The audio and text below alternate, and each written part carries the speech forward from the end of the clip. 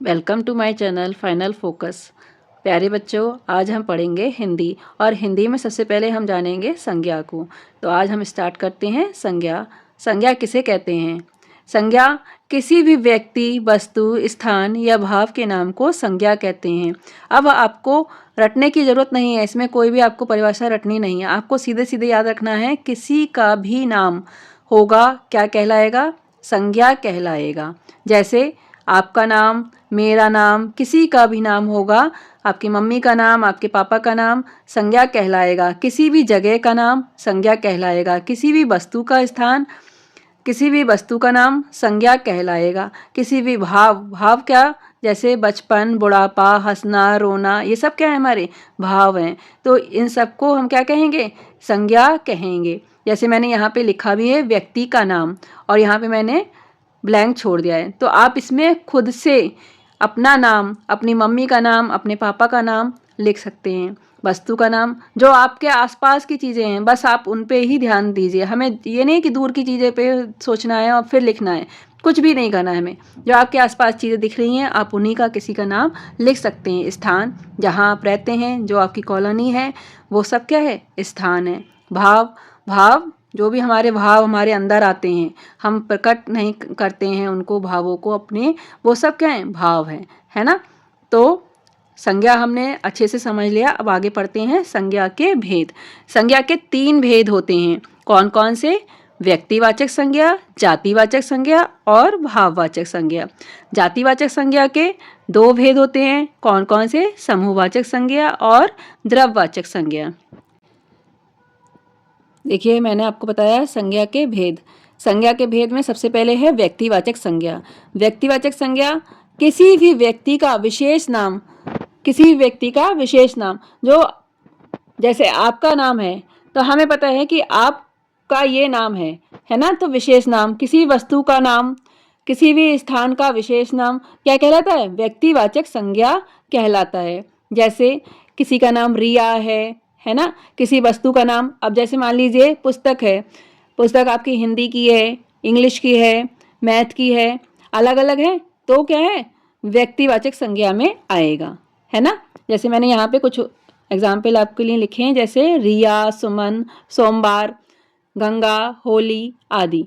अब आगे देखते हैं जातिवाचक संज्ञा। जब हम जातिवाचक संज्ञा पढ़ लेंगे तब हम और अच्छे से समझ जाएंगे कि व्यक्तिवाचक संज्ञा और जातिवाचक संज्ञा में क्या भेद है।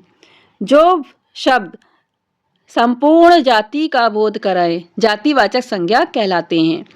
अब यहाँ पर ऊपर हमने बताया था कि किसी व्यक्ति विशेष का नाम, और यहाँ पर हमने क्या बताया? संपूर्ण जाति का बोध कराना है। जैसे अब मैंने कहा शिक्षक। व्यक्तिवाचक संज्ञा में मैंने कहा था कि किसी भी टीचर का आप नाम ले लीजिए, जो आपके स्कूल में टीचर हैं उनका आप पर्टिकुलर नाम लेंगे तो वो व्यक्तिवाचक संज्ञा में आएगा। और सारे टीचर्स का अगर एक साथ कहेंगे आप तो किस में आएगा? जातिवाचक संज्ञा में आएगा। बच्चे, बहुत सारे बच्चे क्लास में एक साथ बैठे हैं, या एक बच्चे का मैंने नाम लिया कि रिया यहाँ आओ, तो व्यक्तिवाचक संज्ञा। सारे बच्चे यहाँ आओ तो जातिवाचक संज्ञा, है ना। पुस्तक, कौन सी पुस्तक आप पढ़ रहे हैं तो व्यक्तिवाचक संज्ञा। सारी पुस्तक आपके पास में है तो जातिवाचक संज्ञा। दिन, त्योहार आदि। तो अब हम अच्छे से जान गए हैं कि व्यक्तिवाचक संज्ञा कौन सी होगी और जातिवाचक संज्ञा कौन सी होगी। ठीक है, आगे देखते हैं। जातिवाचक संज्ञा के भी 2 भेद होते हैं। अब इसमें है पहला समुदायवाचक संज्ञा। समुदायवाचक संज्ञा या समूहवाचक संज्ञा, पूरे समूह का जो बोध कराए उन्हें हम समुदायवाचक संज्ञा या समूहवाचक संज्ञा कहते हैं। जैसे सेना है, सेना में बहुत सारे लोग एक साथ होते हैं तो वो क्या हो गया? समूह बन जाता है एक, तो वहाँ पे हम क्या कहेंगे? समूहवाचक संज्ञा। टीम है, जैसे बहुत सारे बच्चों की हमने क्या करा? एक टीम बना दी, तो वो क्या हो गया? समूह हो गया, एक समूह बन गया, तो वहाँ पर हम क्या नाम दे देंगे? समूहवाचक संज्ञा। भीड़ है, बहुत सारी भीड़ एक साथ इकट्ठी हो गई है तो समूहवाचक संज्ञा में आएगा। कक्षा, क्लास में सारे बच्चे कक्षा में बैठे हुए हैं तो किसमें आएगा? समूहवाचक संज्ञा में आएगा। अब बात करते हैं द्रव्यवाचक संज्ञा। द्रव्यवाचक संज्ञा, जो शब्द द्रव या धातु का बोध कराए उन्हें द्रव्यवाचक संज्ञा कहते हैं। जितने भी तरल पदार्थ होंगे या जितनी भी धातु की वस्तुएं होंगी वो सब किस में आएंगी?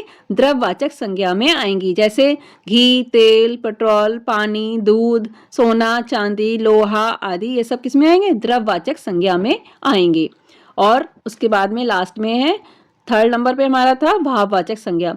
भाववाचक संज्ञा में जो शब्द गुण, दशा, भाव या विशेषता का बोध कराते हैं उन्हें भाववाचक संज्ञा कहते हैं। जैसे ऊंचाई, बचपन, ममता, गरीबी आदि। तो ये सब भाववाचक संज्ञा में आएंगे।